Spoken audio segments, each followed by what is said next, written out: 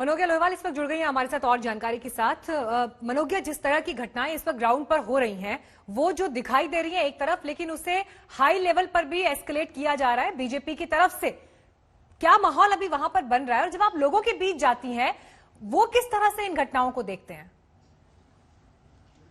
देखिए, बंगाल में राजनीतिक हिंसा कोई नई बात नहीं है, लेकिन इस तरह से उन्हें कैमरा पर कैद करके सड़कों पर और बाकी सब जगहों तक पहुंचा देना ये बड़ी बात है। इसके पहले भी घटनाएं हुई हैं, हिंसक झड़पें हुई हैं चुनाव के मैदान में। बंगाल में रक्त चरित्र कोई नई बात नहीं है, लेकिन इस बार जिस तरह से हत्याएं हो रही हैं, घटनाएं हो रही हैं और सरकार की ओर से उन्हें पहले कहा जा रहा है कि ऐसा कुछ हो ही नहीं रहा है, और बीजेपी जो विपक्ष में है बार बार उसे तूल देकर हर जगह तक पहुंचाने का प्रयास कर रही है, कार्यकर्ताओं के साथ खड़े रहने का प्रयास कर रही है।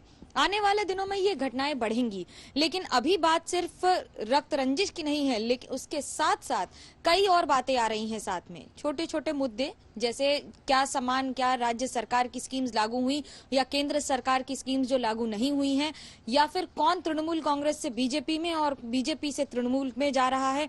ये वो सारी बातें हैं जो अब रोज चुनावी मैदान में बड़े बड़े खंबे गाड़ रही हैं, क्योंकि इन्हीं के आधार पर आने वाले दिनों में विधानसभा में कौन सत्ता में आ पाएगा इसका फैसला होगा। ये अभी शुरुआत है, लेकिन इस शुरुआत में ही जिस तरह से बार बार मारपीट हो रही है, शुभेंदु अधिकारी की जो आज रैली होनी थी, एक उनके वहां पे तृणमूल कांग्रेस के समर्थकों और शुभेंदु अधिकारी के समर्थकों के बीच में हाथापाई हुई है पूर्वी मिदनापुर में, और इसी तरह की घटनाएं विभिन्न जिलों में भी हो रही हैं। तो ये बरकरार रहेगा आने वाले दिनों में और कई गुना ज्यादा बढ़ेगा भी।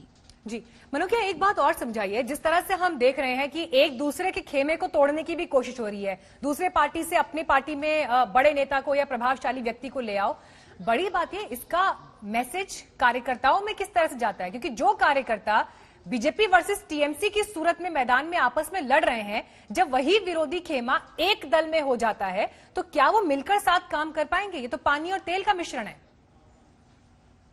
मीनाक्षी, बहुत अच्छा सवाल है, और जमीनी स्तर पर लोगों को बहुत दिक्कतें आ रही हैं, खास तौर से उन लोगों को जो बीजेपी में पुराने कार्यकर्ता हैं। भले ही वो नाराजगी अपनी जता ना सके, बता ना सके, बोलने पर उन्हें शो कॉज नोटिस भी कई बार भेजा जा रहा है, क्योंकि यदि कोई व्यक्ति, यदि कोई नेता तृणमूल कांग्रेस से बीजेपी में आ रहा है तो उसे बीजेपी ने ही हरी झंडी दिखाई है। कोई भी व्यक्ति बिना बीजेपी की इजाजत के बीजेपी में शामिल नहीं हो जाएगा। जिनके खिलाफ लड़ाइयां हो रही थी, जैसे जितेंद्र तिवारी का मामला था, जो विधायक है पांडवेश्वर से, पार्टी में आवाज उठी थी, बाबुल सुप्रियो से लेकर कई लोगों ने ट्वीट किया और ये भी कहा कि जो हो रहा है वो सही नहीं है, क्योंकि हम लड़ाई ही इनके खिलाफ कर रहे हैं। अगर राजनीति एक सिनेमा है और विलेन को ही आप हीरो बनाकर अपनी पार्टी में ले आए, जिसके खिलाफ आपके कार्यकर्ता लगातार लड़ाई कर रहे थे, तो उनका मनोबल टूटेगा, उस पर असर पड़ेगा। लेकिन क्योंकि आला कमान का फैसला है, ये पार्टी का फैसला है, इसे ही सर्वोपरि मानकर पार्टी के कार्यकर्ताओं को रहना पड़ेगा और आगे काम भी करना पड़ेगा। तृणमूल कांग्रेस में लेकिन तोड़फोड़ अभी भी जारी है। सौमित्र खान जो बीजेपी के सांसद हैं, उनकी धर्मपत्नी सुजाता ने तृणमूल कांग्रेस में शामिल होकर फिर एक बार ये साफ कर दिया कि पति पत्नी और पार्टी कोई भी अनभिज्ञ नहीं है और कोई भी समय अलग नहीं है जब बात राजनीति की होती है। बिल्कुल, राजनीति की जब बात होती है तो कैसे जमीन पर मोहरे चाल बदल देते हैं, ये तो दिखाई दे रहा है बंगाल की धरती पर। और अभी तो चुनाव में 4 से 5 महीने का समय बाकी है, और उससे पहले जिस तरह की बिसात बिछ रही है, लगातार वो सुर्खियां भी बटोर रही है। मनोज्ञा, एक बात यहां पर और समझना चाहेंगे। जिस तरह से प्रशांत किशोर ने बीते दिनों एक ट्वीट किया जिसमें वो कह रहे हैं कि इसे आप सेव करके रख लीजिए, क्योंकि अगर बीजेपी ने दहाई का आंकड़ा छू लिया तो वो ट्विटर छोड़ देंगे।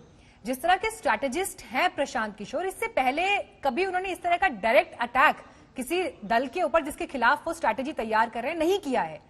क्या वजह पड़ गई जो उन्हें ऐसा करना पड़ा? और जमीन पर जो वो तैयारियां कर रहे हैं, खुद उनको तृणमूल के भीतर समर्थन नहीं मिल रहा है।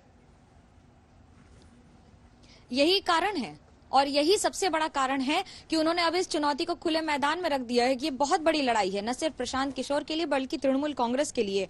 दोनों ये जानते हैं कि अगर इसमें हार गए तो हो सकता है आने वाले दिनों में पूरे के पूरे करियर का और पार्टी के ठप होने के पूरे आसार होंगे।